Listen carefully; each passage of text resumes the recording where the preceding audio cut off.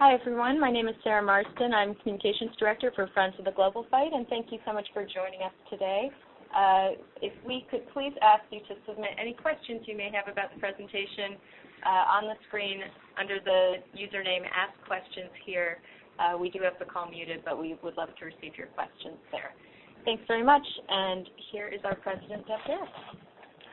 Hi, this is Deb, and I am delighted with the presentation that we're about to bring you today. The effort formerly known as eMarketplace, currently known as WAMBO.org, is a program that has been under construction at the Global Fund for a bit of time now and has potential to do some terrific innovations in procurement and market shaping, and I'm delighted to hand the microphone over to our three presenters on the line, Anna von Neuvenhausen, Dominique Zotti, and Elizabeth Simpson. And this is part of the squad that's been constructing and putting in place the WAMBO.org program. So over to you all, and thank you again for taking time to be with us today. Thank you very much, Sarah. On our end, we have indeed Anna, Elizabeth, and Dominic will join us in a minute or two. So if we want to look at the agenda or the topics that we plan to touch on today. I think this is the third slide. Right. Yep, perfect. Great, awesome. First and foremost, actually, thanks for having us. It's great to be able to talk to quite a number of people and organizations that are interested in following the progress of various aspects of what we do here at the Global Fund, including WAMBO.org. So glad to be here, and we look forward to the discussion later on. We have a few topics that we wanted to touch upon, including to give you a little bit of a catch-up on what WAMBO.org is, what the initiative is, why we're doing it, and who else is on board with us to deliver on this ambitious idea that we have. Give you a bit of an idea of how far we have come and what remains to be done. So how far we've come, it's a bit of a progress update, focusing on one aspect specifically. That's not the only one, but one that I think is particularly precious, which is that of the country consultations that we've been running in the past few months. Then look at the future, if you will, so the immediate future, the plans for 2016 and the rollout for 2016. And then to have a bit of a reminder on the business case. So what are the anticipated benefits that we expect, especially from the financial point of view, in a 5-year horizon, and then to devote a little bit of time to a short demonstration of the tool. Normally we do these live. For the purposes of this webinar, we're going to use a video instead, but I think it's going to be good because it gives you a bit of a view on the various functionalities and the look and feel, if you will, of WAMBO.org, which is now, Dominic has joined us, which is now a concrete reality, no longer just an idea. And then, of course, we want to be able to leave a fair amount of time to have a discussion about all of these things. Is there anything that anyone would like to add to the agenda before I proceed? Taking that as a no, Sarah? Yeah, we'll take questions and comments along the way and hope to incorporate that in the questions at the end. Okay, great. So we can then move to the next slide, if you want,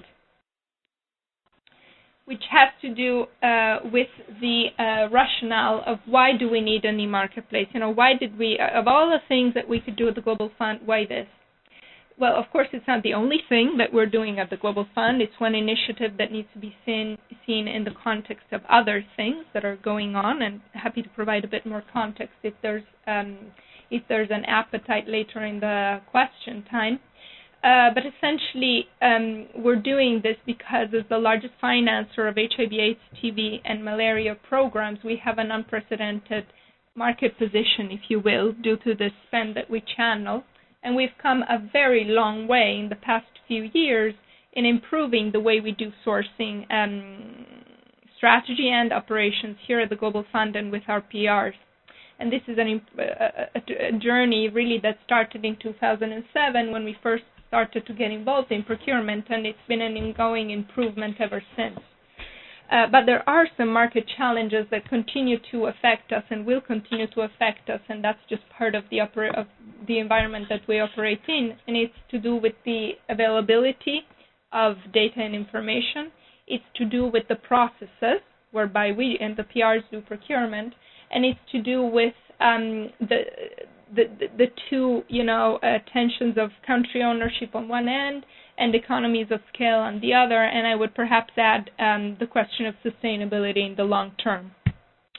So WAMBO.org, formerly known as the Marketplace, is not the solution to these things. There is no one solution, obviously, but it is one piece of the puzzle, and we hope that it will increase impact of value for money for the Global Fund by doing three things. First, by streamlining procurement operations. We can give you a bit of a look at that. Basically, I think we've achieved, the smoother process possible that we can have with a paper-based system, but shifting and leapfrogging to e-procurement and e-processes can really, unclench an additional margin for improvement, which we're really excited about. It can also enable us to reap further direct cost optimizations. So as you know, prices have gone down, and we're able to negotiate very convenient and very good conditions as part of our tenders. The last one on bednets was recently completed with very impressive savings. And the larger volume that is channeled through those contracts, the larger, of course, effects we can reap, positive effects we can reap. So to the extent that we can channel, that we can invite further countries to use those contracts beyond the ones that are currently using the pool procurement mechanism, that will contribute to further cost optimization. And then thirdly, we see the marketplace WAMBO.org as one of the ways through which we give countries the possibility to continue to access affordable prices for medicines, also as they transition out of direct Global Fund funding support. So again, not the only way, but one of the ways that we can make that available. If we go to the next page, we can have a look at, if you want to move to the next page, Sarah. Go ahead. There we go. Okay, I'll start speaking anyway. Great. At what the platform is in practice. So it's been communicated a lot about, but essentially at the core of it, it is an e-commerce platform. Very often we say, the Amazon.com for global health or for development. The idea is that we want to have this platform where for users it is as easy to place a request, procurement request, as it is for us to, buy books on Amazon or anything like that. Although, of course, there are much more important quality controls and much more important internal controls that are needed because, A, you're buying pharmaceuticals often or health products and not books. And so, of course, there's a quality level there that you don't have with an Amazon. And because you're using public funds, whether they come from the Global Fund or from the countries themselves, so clearly you have to have a stringent control on how these purchases are made. So easy doesn't mean uncontrolled, on the contrary. We're often asked, how is this different from other e-marketplaces that exist? Because it's true, they do exist. For example, UNOPS WebBuy is one catalog that already exists. And I think the difference is around breadth of ambition. So on one end, the marketplace WAMBO will not be limited to any one category of products. And on the other end, it will offer an end-to-end coverage of the procurement process, from the searching of products that are available, the placing of a request, the follow-up on orders placed, and then all the way down to payment, which will be direct from the Global Fund funds to the supplier. So if we move to the next page, we can look at some of the anticipated benefits of this initiative. I've spoken to some of them already on the previous slide, so I'm not going to spend too much time on it, but essentially they have to do with the visibility of information.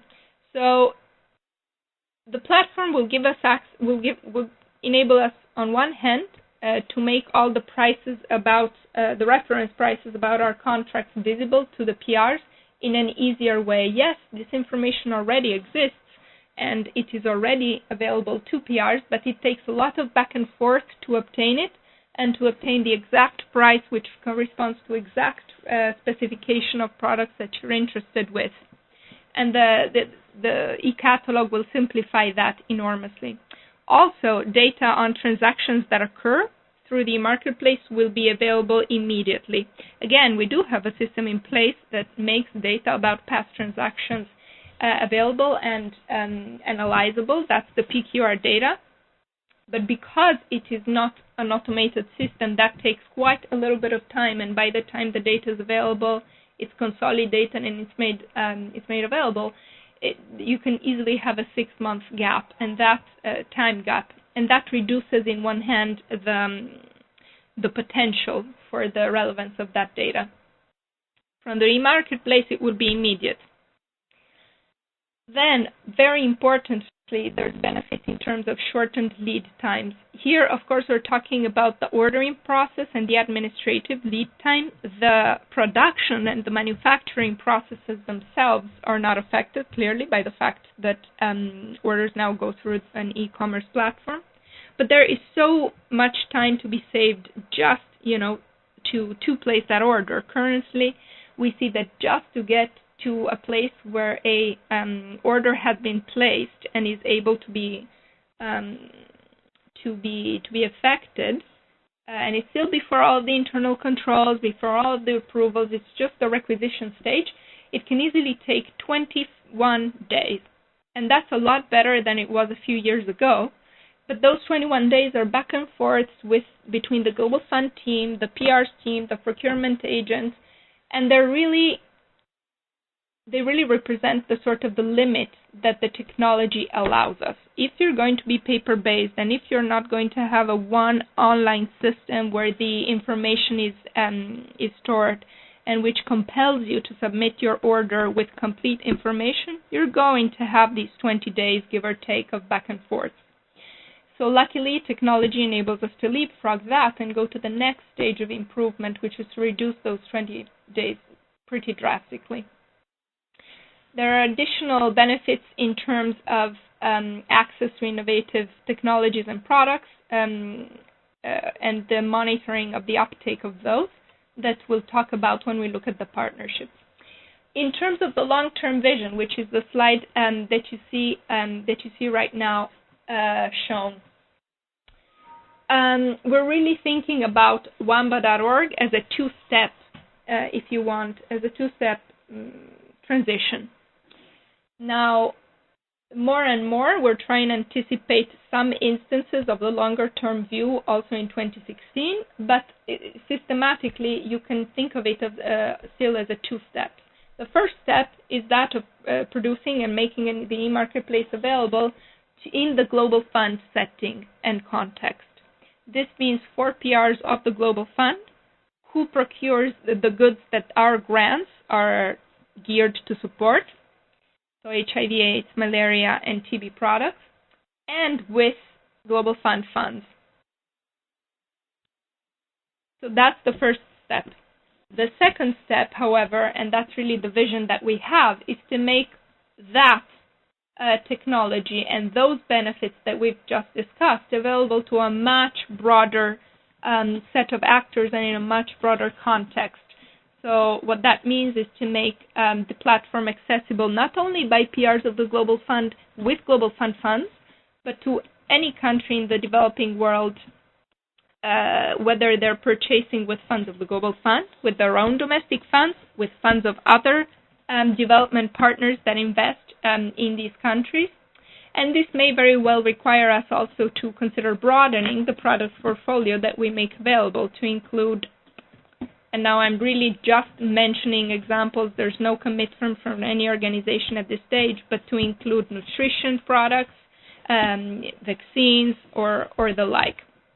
So the idea is really to scale this up to something that will be a global public good that serves the needs of many, not just the Global Fund, and that therefore will probably may or may not be continue to be hosted in the Global Fund. We'll see where the discussions go once they become a little bit more concrete. Now, in the next slide, you can see some information about the two strategic partners that we have on board with us with the Global Fund in this initiative for now, Unitaid and CHAI. Of course, the interest of both these partners is largely in the broader view, the broader vision of creating a global public good. And of course, if on the other side, if we do want to start building the global public good, this is bigger than what anyone can do alone. So the Global Fund actively looks forward to other partners to support us on this journey. The partnership with Unitaid, without going into too much detail right now, but is essentially focused. Well, first it fits into the context of the partnership between the two organizations in general, in view of each of our comparative advantages, if you will, and specifically leveraging Unitaid's NAC, Unitaid's specific mandate for fostering and accelerating the uptake of innovative products. And on the e-marketplace side, specifically, Unitaid has been advising us a lot on market-shaping implications of the of Wamba.org, and on using specific features in the system to accelerate the uptake of innovative products and monitor whether indeed these products are being taken up in an expedited way. And you can see a few examples of, we call them pilot products, that we're going to work on in 2016.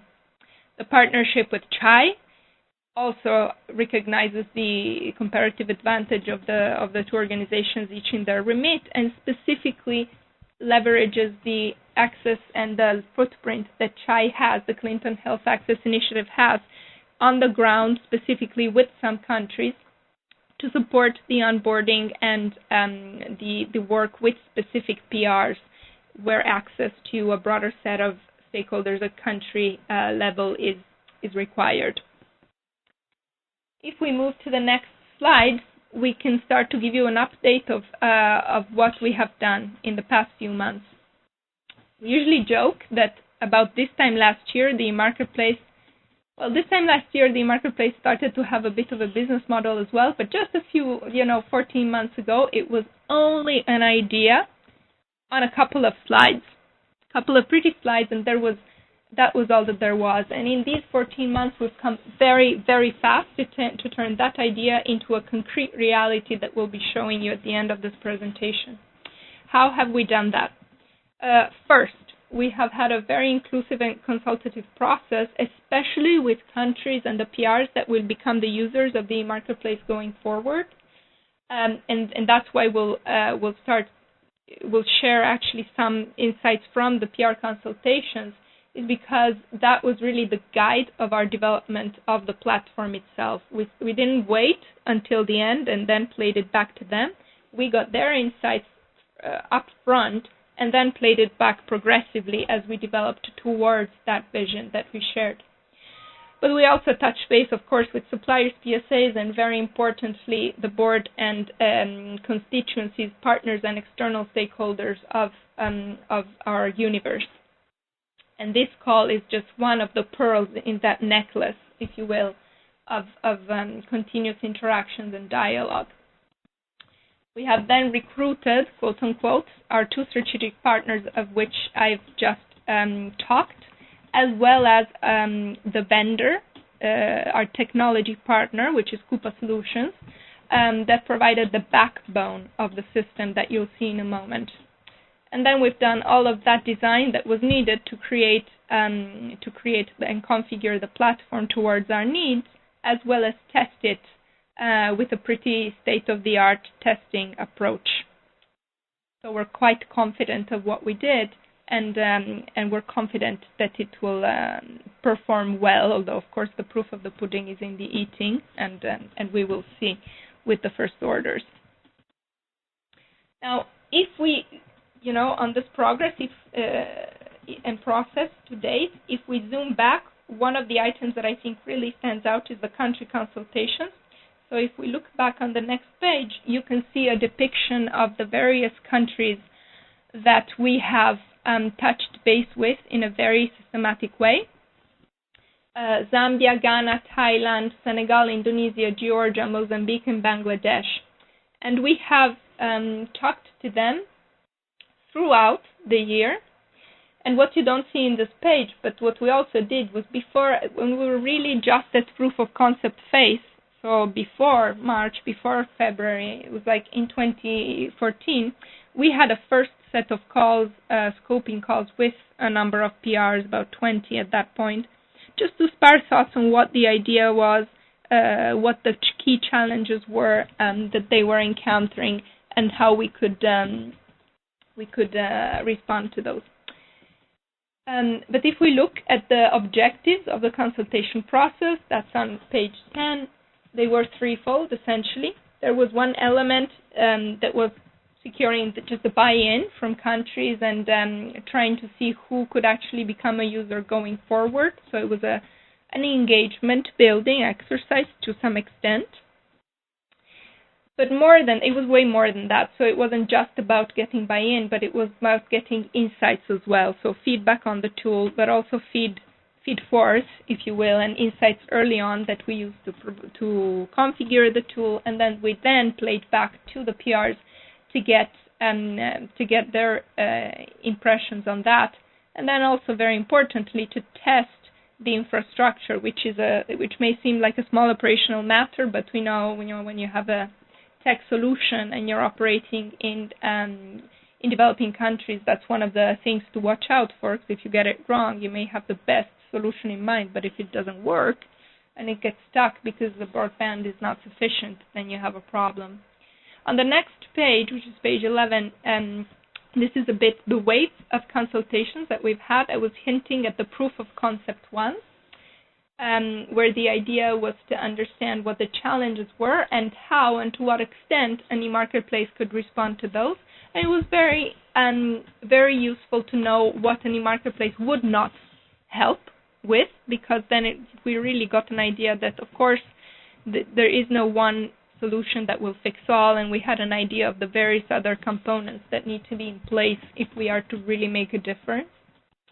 And then we have two main waves of consultations. The first was to get what we call the process consultations between February and September, to get input from the future users on benefits, but also on the procurement journey and characteristics in a very detailed way of what the marketplace had to offer if it were to respond to their expectations in a quite detailed fashion.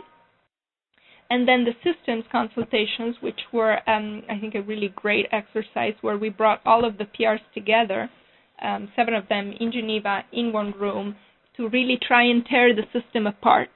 And this was great because we got excellent feedback from them, which we incorporated in the final release.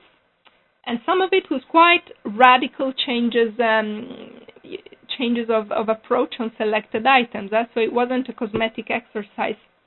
But also because coming together was very useful and very appreciated by the PRs themselves, and we were really able to have different realities and different backgrounds and different regulatory backgrounds also confront among themselves, and that was very powerful. If you remember the countries we had in the previous pages, they were quite diverse, ranging from Senegal, which has one type of regulatory environment, to Zambia, where we had an NGO, as well as the Ministry of Health. So that, of course, is a whole other setup. Georgia, which is a country that's about to transition, and so on and so forth. So just to give you an idea of the diversity. I'm going to give you just an idea of, for example, the takeaways that we had on Senegal, or maybe in the interest of time, I'm actually going to skip over this, but we can get back to it because it would be quite long. Overall, once we had made those changes, the consultations, the feedback from PRs, from the consultations, and also from the testing phase, we're now on page 13, was overwhelmingly positive, which was not surprising because, we got them in early on and we designed towards what they were saying, but the main features that were appreciated were the ease of using the platform, the flexibility and the user-friendliness of it, and the immediate visibility on information that the PRs recognize they do already have in one way or another today, but it's quite difficult to access that information, and instead the ability of viewing the price impact of one element or another of a bed net, for example, at a glance was extremely well appreciated. If we flip to the next page, which is page 14, moving to the rollout plan. So the platform is now developed. We look forward to showing it to you in a moment, but it will not be a big bang sort of go live. So it's developed, it's ready, but we will make the various products available in a carefully controlled way and in a carefully controlled pace. This PRs will also join one by one across the year 2016 and also 2017 to some extent, and that is a very conscious choice. We could have made everything available to everyone, in one day and sort of dropped the tool on the tools of the PRs and say, here it is, sort it out by yourself, but we didn't want to do that. And we listened also to the input we were getting from them of when we do start using it, we want to be able to have the appropriate support. Although it's easy, although it's intuitive, but nevertheless, we don't want to feel like we're left alone to figure out yet another system. So we will make the products available in a staggered way, starting from the ones we know best and moving on to other categories that have been less core for the Global Fund going forward, where we will join efforts with other partners that already have great expertise in these products. So, for example, if we look at condoms and vehicles, UNFPA and UNOPS immediately come to mind, but also for non-core health products, opportunistic infection drugs, we can leverage a lot the efforts of our procurement agents. So, again, we can come back to the details later on, but the idea is really it's a progressive rollout in many ways. If we look at the next page, page 15 gives you a bit of an idea of the countries, and this is that plan to join in 2016, and this is extremely initial information. The ones you see on the left side, Zambia, Ghana, Indonesia, Georgia, Mozambique, and Bangladesh, have given clear indications that they'd like, indeed, to place some of their orders through the marketplace for 2016. So here, some of them are already signed up, actually. Some of them plan to do so in the upcoming months. The ones on the right, we debated a lot whether to show them or not, because there the PR, the country, has not committed in any way or has not signed off in any way. This is just a list of the countries that we've been in discussions with or that we plan to reach out to in the future. And the reason that we're showing them, although they're not confirmed, is because if there's anyone in the call today that would like to offer information, that would like to offer any type of on-the-ground partnership or support, or would like to be involved in that, again, it's a partnership effort that we look forward to doing in collaboration with as many as possible. So do step up if you have an interest or willingness to collaborate in any way, shape, or form. If we look at the next section gives you a bit of a look on the business case. I'm not going to spend too much time on the assumptions that you see on page 15, but I will stress that because we can always go back in the questions, but there's a few assumptions that we made which are very conservative because we didn't want to overpromise too much. So those have to do essentially around the baseline that we chose, which is a relatively conservative one, as well as the assumptions in terms of PRs that we expect will join the marketplace. And we expect only 50% of PRs, or rather PRs representative 50% of spend at peak, with a progressive ramp-up. And also they have to do with the savings levers. So we applied savings levers that are observed typically in the private sector, when the private sector tries to put online or to put in place such procurement transformations leveraging e-technology. And typically the private sector starts from a more optimized baseline than we do. So those are three important assumptions that go in the side of caution. And even with these three assumptions that go in the side of caution, if you flip to the next page, which is page 17, you see that we expect to achieve break-even of the investment and payback of the development investment that was made within 1 year of operations. That's at the end of 2016. We may end up going more in the first quarter of 2017, just because we're refining the forecast of which orders will be placed, so depending on that, on how that evolves. But more importantly, you see that if you take a 5-year horizon, so you enable the marketplace to really reach its forecasted peak, and again, it's a conservative peak in the global fund setting, you can see that we forecast accumulated saving of 250, roughly, over 240 million in those first 5 years since inception of the project. So that is quite powerful indeed. The business case is compelling, and that's kind of speaks for itself. And what I will mention before we move on to the next section of the demonstration is that this refers to that first step of the vision, so the global fund only vision. To the extent that we channel more operations coming from more funding entities, and also if we channel spend of countries with their own national funds, that is all on top of this. So that can also have quite powerful savings, which are quite intuitive. We just didn't compute them in the business case yet. For the interest of time, I'm going to skip over the next page, which gives you an idea of the breakdown on the savings, which I think is less interesting, but we can come back, obviously, in the context of the discussion. And perhaps I'll ask Sarah if you want to load now, after a drum roll, the demonstration of the platform from the video that we shared. Here you see a user that's trying to buy bed nets. What you see here is the system prompts you to fill full information before your order can go through, including the date when you need the goods, where you want them delivered, that's what they're doing now, and all of the accessory information. If you need to add comments, you can do that. And this is really powerful because it prevents all of that back and forth to clarify what it is that you wanted to buy, because the order was not complete when it was submitted. This way, it just won't go through if it is not complete and if you haven't clarified all of the accessories and the specifications. Once you've entered your request, obviously it's in your basket. That's quite plain vanilla.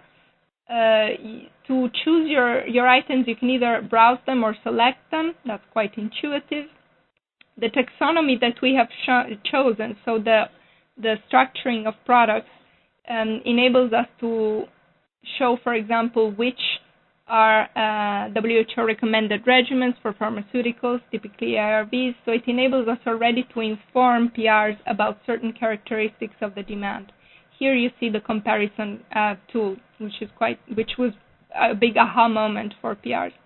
Very importantly, PRs are able to choose the grants they want to pay out of, and they see in a second, they see how many funds are available. That's the green bar that you see now with that grant. So that's an automated budget check which is directly interfaced with the Global Fund financial system. And tomorrow can also be interfaced with the financial system of any other funding entity or of the country itself, depending on the requirements. And again, this is quite powerful to let the PR know how much they're eating up of the funds they set aside for purchases, for procurement purchases. At that point, others saying, well, they can add more comments, obviously, and they're able to submit their request. What you see there is the approval chain, and those are quite customizable so that we can follow the process of any PR following their specific approval hierarchy. Any order that you've tracked that you've placed can be tracked from the landing page, and this also is quite powerful in that right now it's not even very easy for PRs to know whose desk an order is stuck on, and this way if each approver has an account, then it's very clear to see who is creating the delay. And that's also something that was very welcome. By the way, the approval can be done directly via email if there's no complex review and discussion that's needed. So if it's the standard, your supervisor needs to approve and the real decision has been made already, and that also enables to cut a lot of the waiting time without cutting the person away. So without cutting the review away, we just cut some of the waiting time because you don't have to be physically in your office. So if you're traveling on a field mission to a facility somewhere away from the capital, you can still approve if you have data access through mobile technology, for example. That's something that is quite readily available and widely available, and so we're able to leverage that. I think I'm going to stop there, maybe just say a couple of words on Wambo, the name, and where it comes from, possibly the most frequently asked question that we get these days, which is great. Means the brand is already taking a sort of central stage.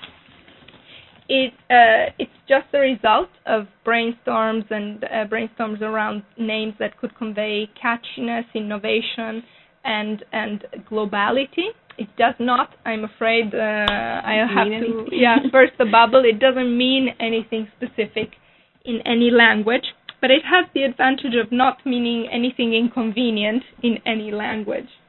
So, anecdotes after the end of the call and off the record.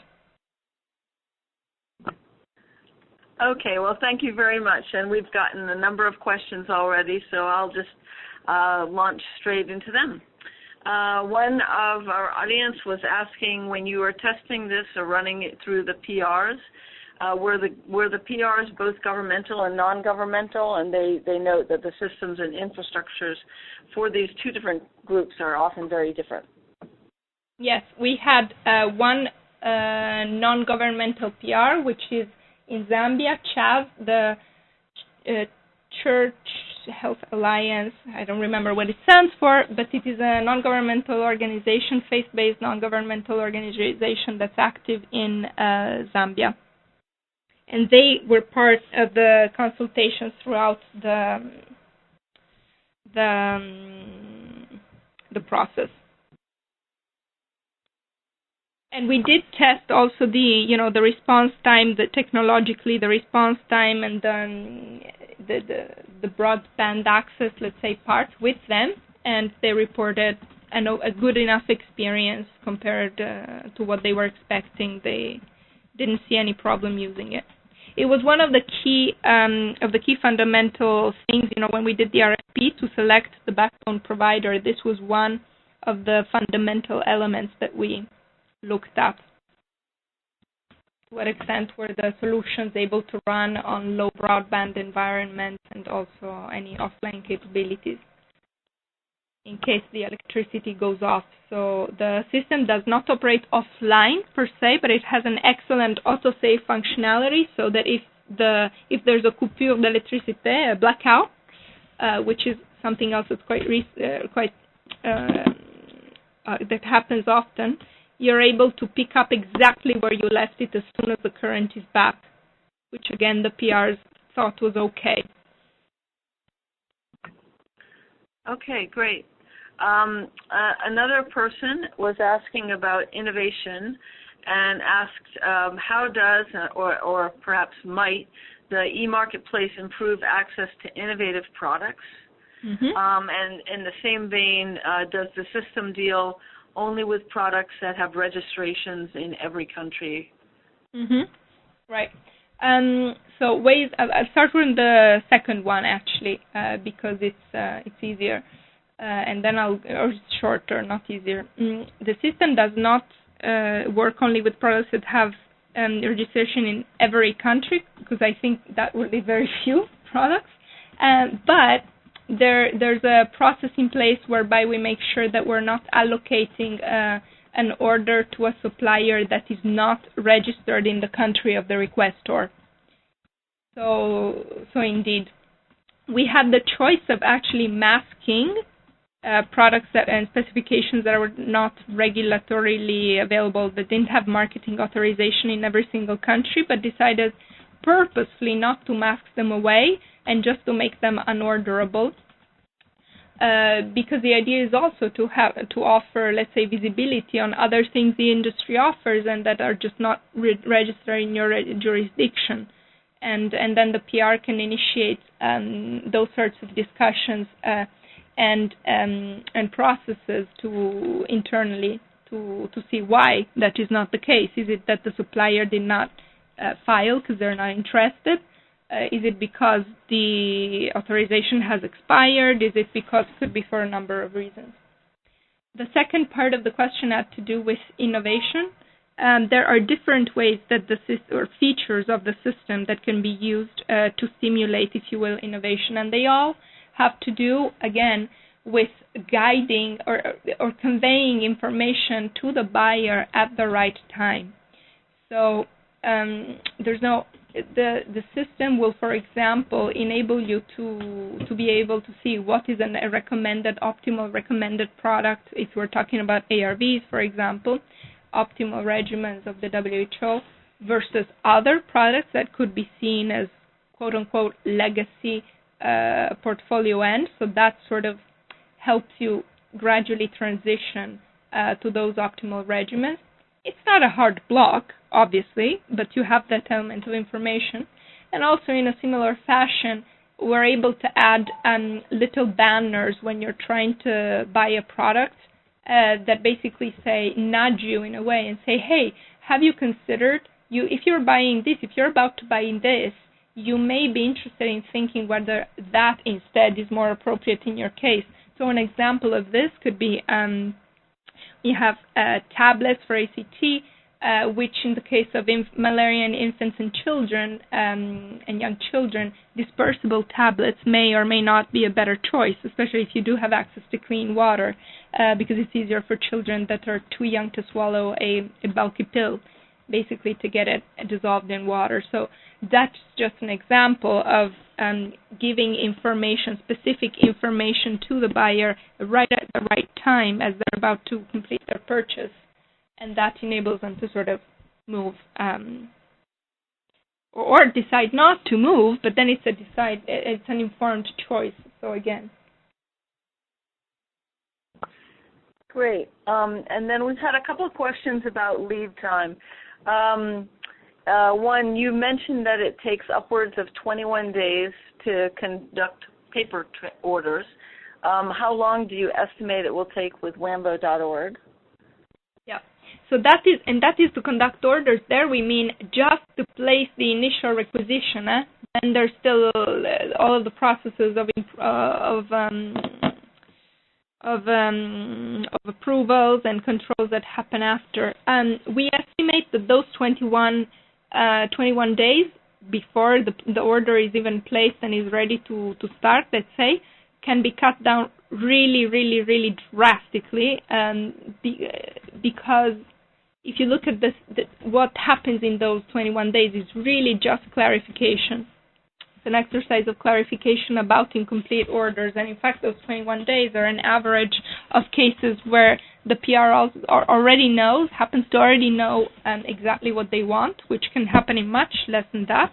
and cases where they don't, and there's a lot of back and forth, and it takes way upwards of 21 days. So with the marketplace, we believe that we're able to go down to the best in class, if you will, quickest in class across the board, and so that's quite powerful. After that, there are still possibilities to speed up the approval process, because as I was mentioning, we don't have the black book stuck on somebody's desk anymore. It's just sped up, and we think that the entire process up to when an order is confirmed and can be started to be manufactured and can go down by as much as 40%. We'll confirm this target or this indicative number in the upcoming weeks as we work on our results framework and our targets for 2016, which we hope to share with the board and its committees in the upcoming wave of board and committees. So take it with a grain of salt, but that's the order of magnitude we're talking about. Great. And I think you answered the second question in this area. So going back to ordering and choice, do the PRs have the liberty to select a particular brand of given product? So that depends.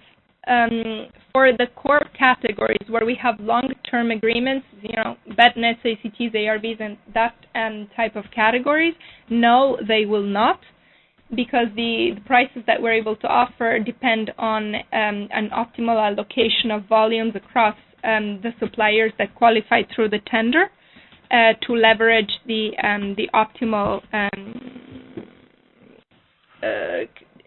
asset utilization on the producer's side, the manufacturer's side, capacity utilization. So no, you cannot choose this brand or that brand, but you can express a preference that we will try potentially to meet to the extent that it is possible and to the extent that is compatible with those economies of scale that we're trying to reach for the benefit of all. This is for the core categories. For categories where we don't have such agreements in place, so that are more commoditized, more, if you think, lab gloves, latex gloves, those types of products that are less sensitive also in a market dynamics, market shaping type of sense.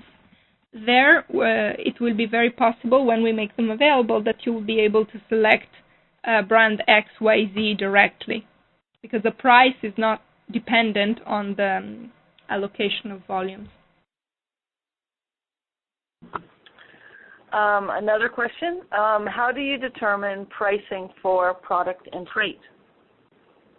One of the things that WAMBA.org, one of the reasons we're excited about WAMBA.org is that it opens ways for the Global Fund to optimize its logistics setup, if you will. It doesn't optimize it per se, and for the first months at least, we'll continue to operate through our procurement agents. But it often offers the possibility to optimize it, because in practice, it gives you the possibility to split an order and send the information about what is requested to the manufacturer so that they can produce it. And also it offers you the possibility to send the information about where the goods will have to be shipped from to, and all of the information requested for logistics to a number, potentially, of providers of logistics services. So we will start by what we know once more. We don't want to take too much risk that we're not sure we can control, so we'll just send it to the procurement agent we've been using for now, for the first few months, but we'll certainly look at the possibility to improve it. And the way that it's going forward, and the way that it will work in the system for this transitional phase at least, is that when the PR enters the catalogs and browses, they see reference prices for the item price alone. And then once we have allocated one supplier or another, and so we know where the goods are going from, which is an important element, of course, of calculating freight, for example, we add the freight cost suggested by the PSA. So that is how it will work immediately, but in a longer term, we certainly want to go to a place where we're able to show immediately to the PR total cost of ownership, not just item price, for them under a number of assumptions, of course, that will be clarified better throughout the life of the order, but we definitely want to move more towards that way. Okay, and you mentioned in your presentation that you've gotten a lot of feedback from PRs and it's been positive, but have any countries or PRs stood out as particularly embracing of the e-marketplace? And if so, what aspects of it, or the WAMBO.org, if so, what aspects of it have they found particularly appealing? I think, yes, some did stand out, and I think for different reasons. So obviously the first two, that we expect to place orders, that we're actually actively contending the title of first orderer on WAMBO.org at some point, which we thought was quite encouraging, because it's kind of a good acid test, or Mozambique and Bangladesh, which hope to place the first order between mid-February and early March. So those are the two that I think stand out as really the first adopters. But we also have a lot of let's say, demand and encouraging feedback from countries in transition. And there it's a different question, right? So it's a question of seeing the marketplace, yes, as something that can streamline operations, of course, but more importantly, as something that can help with access to price in the wake of transition out of global fund support. And so, for example, many countries in the ECA, Eastern Europe and Central Asia region, Eastern Europe specifically, are in this category, as well as some countries in the Far East. So, again, without any commitment or anything signed down, just to mention them. Thailand at some point mentioned that they'd be interested in exploring the possibility of using the marketplace with their own funds, and similarly Vietnam, to sustain the very rapid scale-up of the past few years as they take on increasing fiscal responsibility for the programs. So I think it's, different countries are particularly respondent to one aspect or another of the rationale of WAMBO.org, but overwhelming, really good feedback. Well, thanks. That's really been a terrific presentation, and I'm just going to wrap it up with a couple final comments from Friends of the Global Fight side. I'd like to say that I have a very good friend who's been an LFA in a number of places, and when I described this new system to her, she was very excited for the potential for cost savings and improvements overall to it. So I'm very excited on my own front about the program, and really want to thank you all for the work that you've put into it. Can I make a very last appeal? If there's anyone that sees any reason, any way to collaborate, or anything you want to offer, any further clarification, our contacts are in the first page, and we really, really, really look forward to hearing about things we can do together around this.